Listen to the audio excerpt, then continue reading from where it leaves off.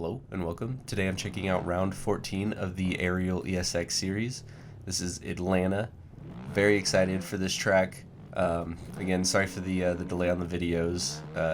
COVID really messed things up, but excited for this track. I like the Speedway tracks just because more variety to the Supercross season. Plus, I like them replicated in MX bikes.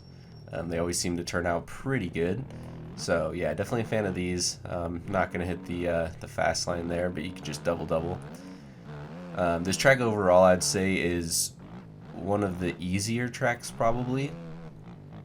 There's a couple spots though that are a little technical. One of them being this this whoop section here, mainly because it's hard to get a good run up. I kind of slid the rear end there, so that was not great. But yeah, that whoop section's a little hard, and then timing the fast line here is also difficult.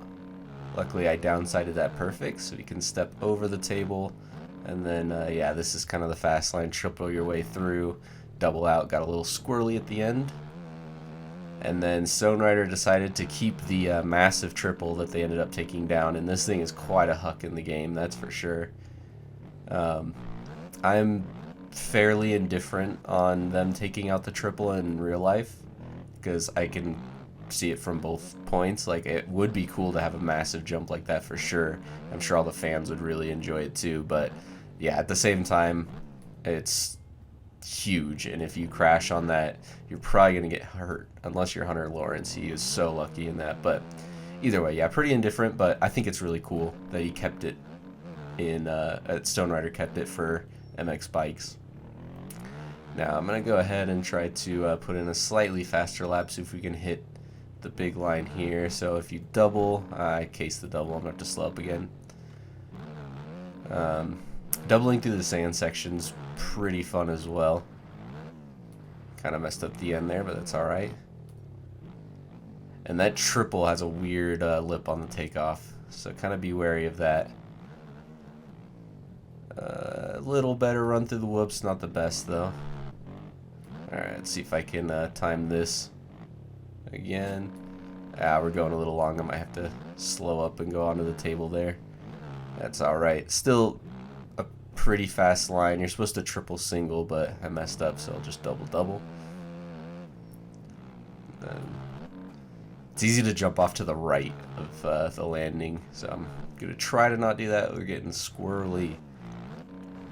You can also jump into the third kind of like sand roller, I guess.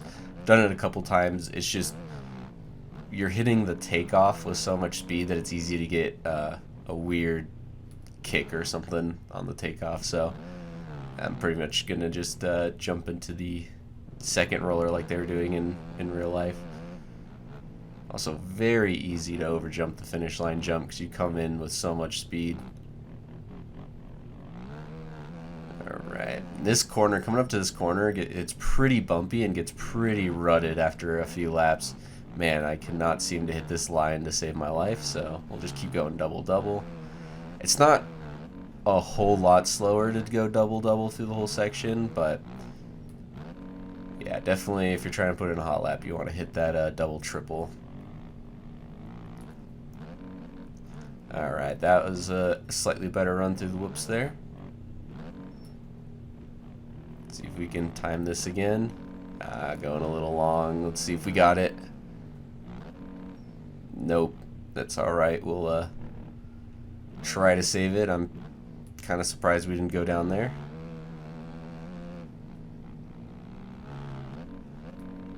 Alright. Cleared the triple. Jump to the second roller there, like I said. But one thing, even though this track's fun, it is a smidge boring after a while just because there aren't a whole lot of different options you can take. It's pretty one-lined. But at the same time, I kind of think that it can be fun as well because of that, just because you are just like consistently hitting the same thing over and over again, and while you're doing it, you're also like just ripping since it's a speedway track. So yeah, pros and cons. Probably comes down to preference. Can I hit this? Not quite. You really got to get that first double like perfect. Also, there is an invisible wall for the split section. I just kind of hit it there, so definitely be wary of that. All right. Again, not perfect, but we made it through. All right, here we go. Now we can hit the big line. There we go. Again, I think you can bust out a quad, honestly, in that line at the end somewhere. I personally haven't done it, but I've gotten insanely close without even trying. So you might be able to. It just might be really inconsistent. Like, I know for me, the only times I got kind of close was if I like over jumped one of the sections and then kind of like got a weird rebound on the next takeoff. So yeah, it might not be consistent, but I feel like you could probably bust out a quad. Alright. But yeah, 127, not too bad. I don't exactly know what my fast lap is on this track. I don't quite remember, so. Oh, come on. Dang, we were so close. I do really want to at least hit that line once in the video, because it's not that hard, but at the same time it's just very it takes a lot of timing and precision. Dang, I think that was the first crash of the video. That's not bad. Yeah, that triple that I just went over is a little hard to time, especially with that weird kind of like kicker at the lip, but that's okay. Get through the whoops again. All right. Oof, I don't know if we're gonna. Yeah, I'm gonna slow up and take the normal line. There we go. A little single out. Man, it's such a massive jump. Honestly, oh, we're going a little far. Dang, we went down. Maybe if I would have hit that just a touch faster, we could have tripled into the sand there. But yeah, it's just double, double, triple. Not much else you can do. I mean, maybe you could triple in, but I mean, I've tried a couple times and I couldn't do it, and I don't think any of the pros were doing it as well. Which I think, if I remember correctly, I did watch a little bit of the pros racing it, and on a 450, I'm pretty sure I'm like about 10 seconds-ish off the pace. Which, for me, I don't know, isn't too bad. Here's that line I was talking about. There we go. Now you can come back and double your way through the sand there. Kind of lost a little bit of time, though. That's all right. Not because of that section, just because I'm riding sloppy. Okay. Again, I really want to get the big line here. We kind of cased it. I'm going to have to slow up and, again, do this normal line, which is not going to work out. That's alright, though. Probably do, like, a couple more laps before I wrap up the video, because there's not a whole lot to talk about. Ugh, that was a very hard landing. Another kind of hard landing, but yeah, not too much to talk about as far as this track, just because of how straightforward it is, really. And again, not necessarily a bad thing, but alright, get through those whoops clean. The one thing I guess I could talk about as far as real life, though, is I am a huge Tomac fan, and I know he wrapped up the championship, but I am pretty bummed and concerned that he injured his knee here.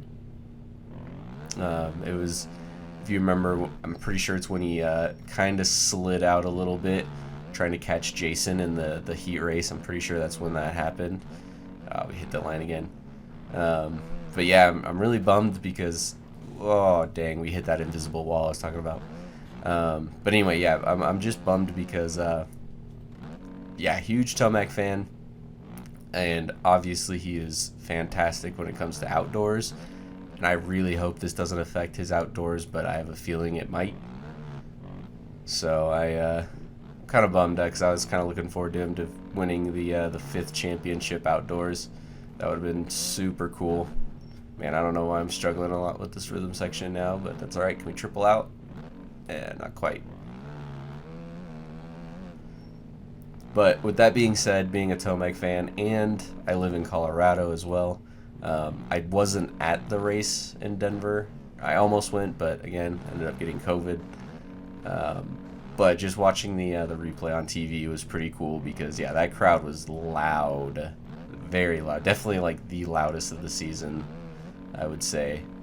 So that was neat. Him winning the heat race was cool, but yeah, just again, really bummed about that knee injury because I definitely feel like without it, maybe even with this injury still, we don't know, but without it, I feel like he had a very good shot at winning the outdoor title with how good he looks on the Yamaha. But, oh well, we will see. Can I hit this line again? Perfect.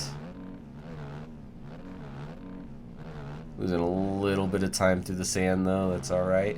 Yeah, I'll go ahead and finish off this this last lap before I end the video. I don't want it to be too long, and I also don't want to ramble too much because I definitely end up doing that.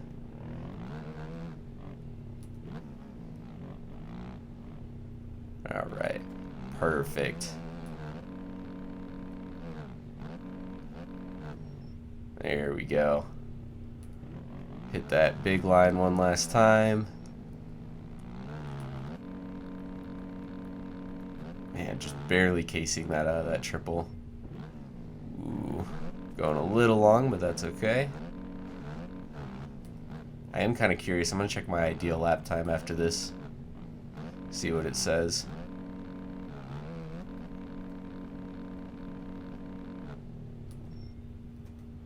Alright.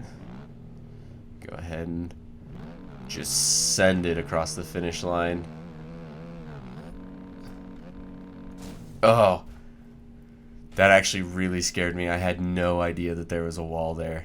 But that would have been a sick triple into the corner here. Wow, that was kind of scary. Anyway, let's check our ideal lap time though real quick before we wrap up the video.